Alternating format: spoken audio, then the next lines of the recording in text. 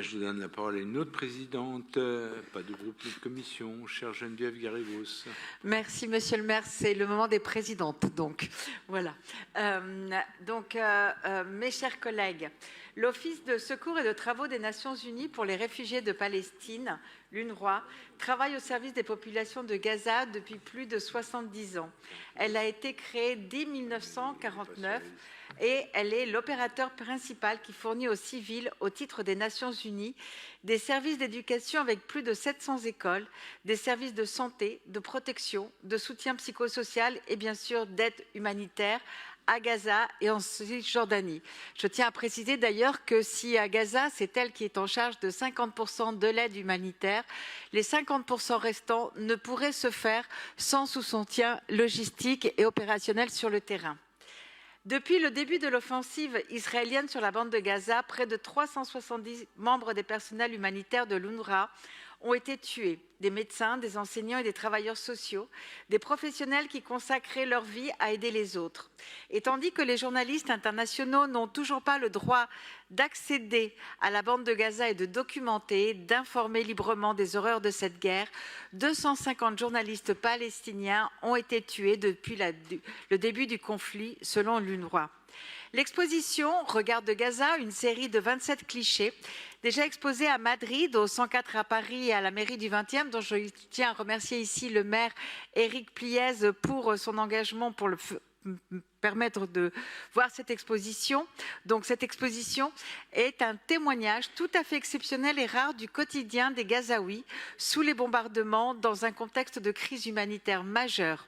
C'est le visage et la vie des Gazaouis. C'est un message à nous toutes et tous, celui de ne pas détourner le regard. Cette exposition témoigne du travail et de la volonté de l'UNRWA qui a persisté, avec le soutien de l'Union européenne et malgré les dangers, à vouloir montrer et documenter ce conflit. C'est ce que nous indiquait M. Marc Lassaoui, représentant de l'UNRWA auprès de l'Union européenne, que nous avons auditionné dans le cadre de la 7e commission de septembre dernier, comme l'a rappelé justement ma collègue Raphaël Primet. Il nous a également rappelé le rôle indispensable et irremplaçable de l'UNRWA à Gaza, qui a toujours souhaité et longtemps pu travailler en bonne intelligence avec le gouvernement israélien, l'informant de la liste de ses employés et de chacun de ses recrutements. Car si toutes les organisations onusiennes et les ONG sont susceptibles d'être infiltrées, l'UNRWA, et là je cite le rapport de l'ancienne ministre des Affaires étrangères Catherine Colonna, donc je la cite, dispose de plus de mécanismes pour assurer sa neutralité que les autres agences onusiennes. Et cela nous semble particulièrement important à souligner. L'UNRWA, d'ailleurs, survit grâce aux contributions volontaires des États et des particuliers, cette dernière partie ayant augmenté particulièrement ces derniers temps, compte tenu de l'arrêt du financement américain et qui a amputé d'un tiers le budget de cette agence onusienne. Et nous savons que les besoins sont immenses pour les populations de Gaza, alors que l'aide humanitaire commence petit à petit à pouvoir rentrer de nouveau avec l'ouverture de nouveaux points de passage.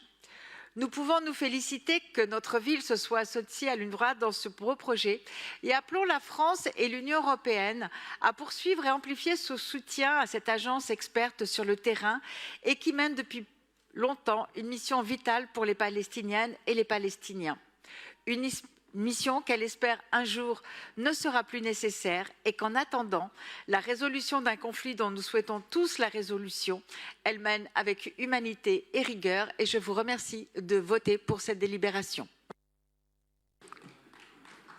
Merci beaucoup, chère présidente.